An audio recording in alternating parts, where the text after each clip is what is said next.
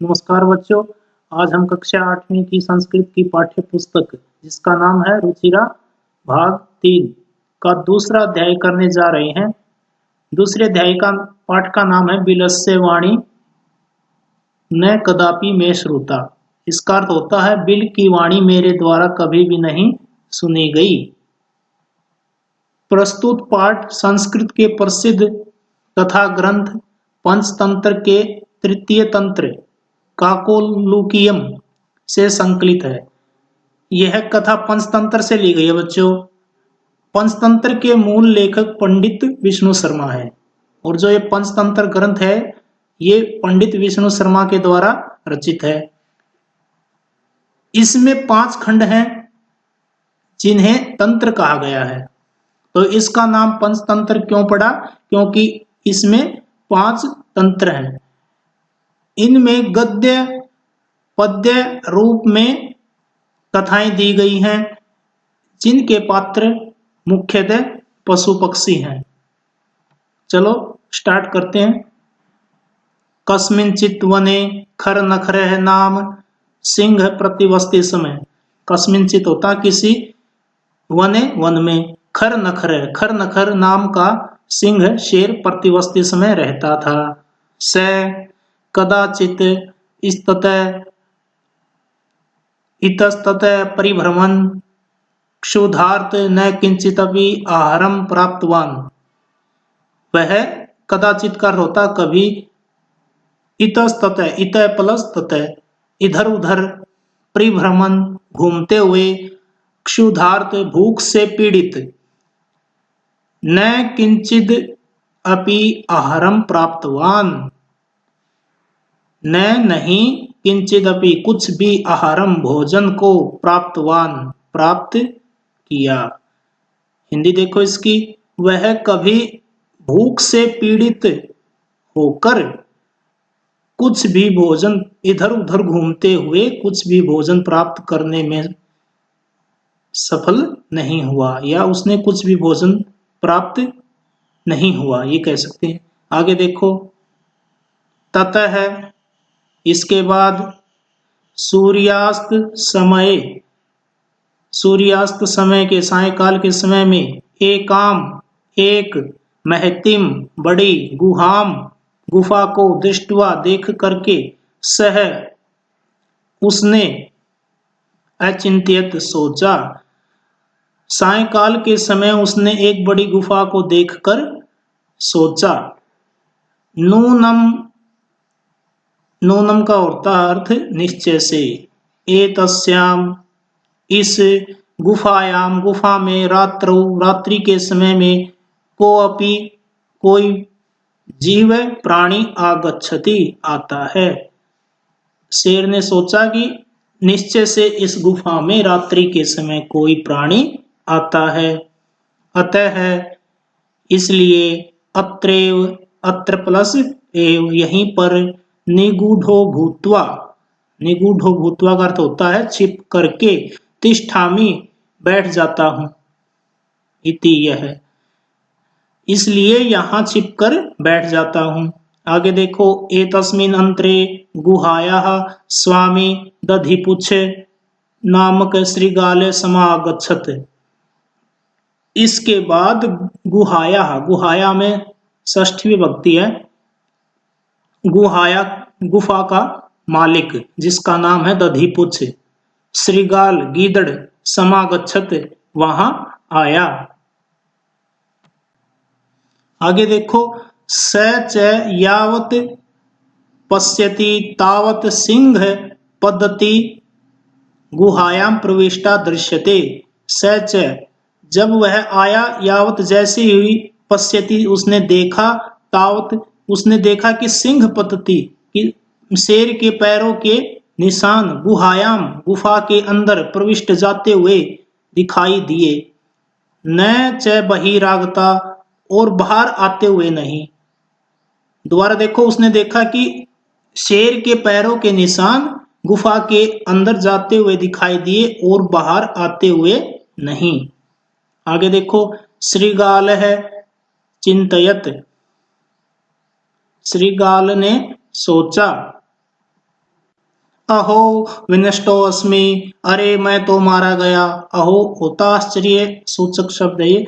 अहो अरे, विनष्टो अस्मि मैं तो मारा गया। नूनम निश्चय ही, अस्मिन बिले इस गुफा में, सिंह है शेर, अस्तिति तर्कयामी, अब निश्चय ही इस गुफा में शेर है ऐसा तर्क लगाता है। ततः किम करवाणी, तो मैं क्या करूं, ऐसा सोचता है। एवं विचिंत, ऐसा सोच करके दूरस्थ रवम कर्तुम राबद्ध, दूर में स्थित होकर, रवम का अर्थ होता है आवाज, कर्तुम करना, आरब्ध प्रारंभ कर दिया, अर्थात दूर से ही खड़े होकर आवाज करना शुरू कर दिया। क्या कहता है, भो विलय, हे गुफा, किम न स्मरसी, किम न स्मरसी, क्या तुम भूल गई हो, यन मया, कि जो तुमने, तवया मेरे साथ, तूने मेरे साथ, समय कृतो अस्ति, मेरे साथ समझौता किया था। समझौता किया, कैसा समझौता, यत कि, यदा अहम, कि जब भी मैं, बाह्यत बाहर से, प्रत्यागमिष्यामि वापिस आऊंगा, तदा तब, त्वम माम मुझे,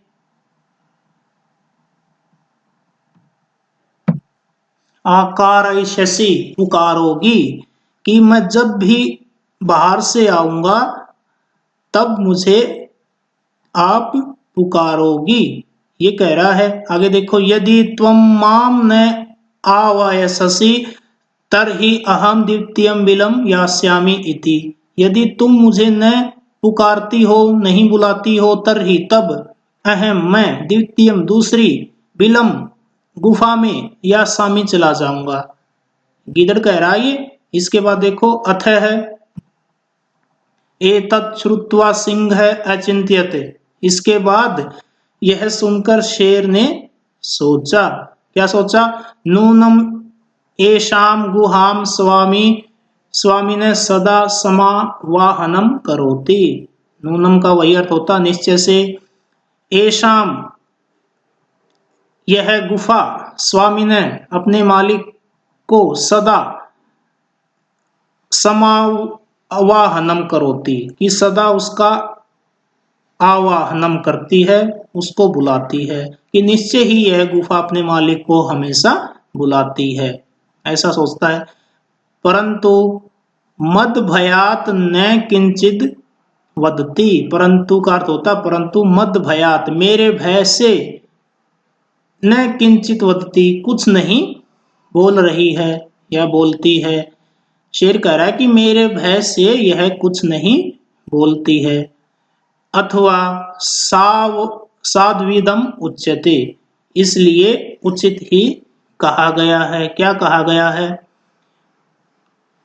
देखो, भय संत्रस्त मनसा हस्त पादादिका क्रिया परवर्तन्ते नैवाणी च वे फतुश्चाधिको भवेत्। दोबारा देखो, भय संत्रस्त मनसा हस्त पादादिका क्रिया परवर्तन्ते नैवाणी च वे फतुश्चाधिको भवेत्।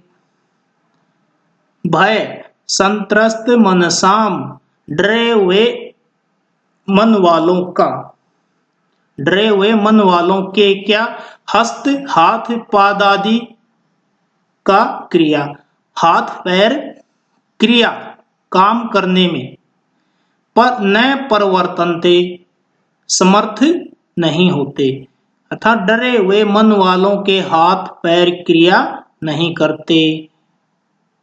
च और वाणी, वाणी भी, वेफथु, वेफथु का होता कंपन, अधिका अधिक, भवेत यानी वाणी भी अधिक कंपाने लगती है।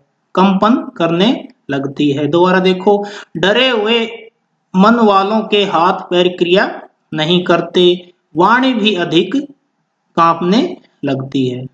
आगे देखो, तद अहम अस्य आवाहनम करोमि, इसलिए मैं इसको बुलाता हूं, इसका आवाहन करता हूं।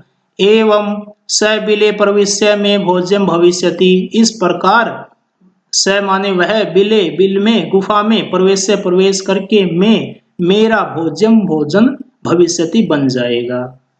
शेर कह रहा है ये, इत्थम विचार्य सिंह सहसा श्रीगालस्य आवाहनम करोत, इत्थम इस प्रकार, विचार्य विचार करके, सिंह शेर ने, सहसा अचानक, श्रीगालस्य गीदड़ का, आवाहनम है करोत, गीदड़ का आवाहन किया, यानी गीदड़ को बुलाया।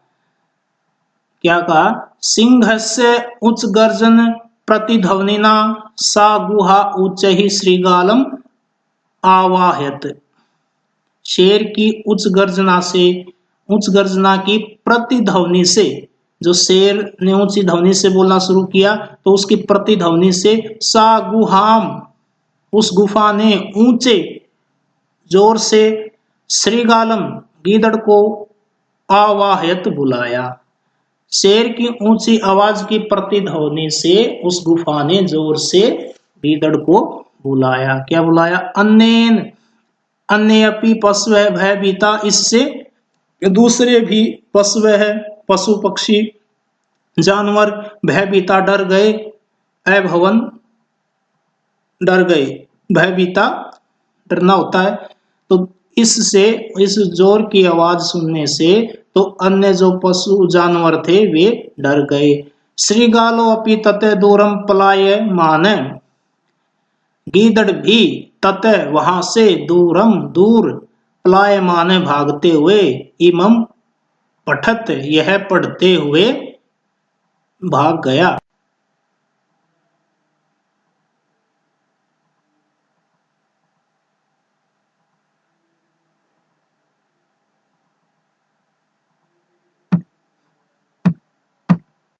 तो बच्चों, गीदड़ ने भी वहां से दूर भागते हुए यह पढ़ा। क्या पढ़ा, अनागतम ये कुरुते सशोभते, सशोचते यो न करोति नागतम,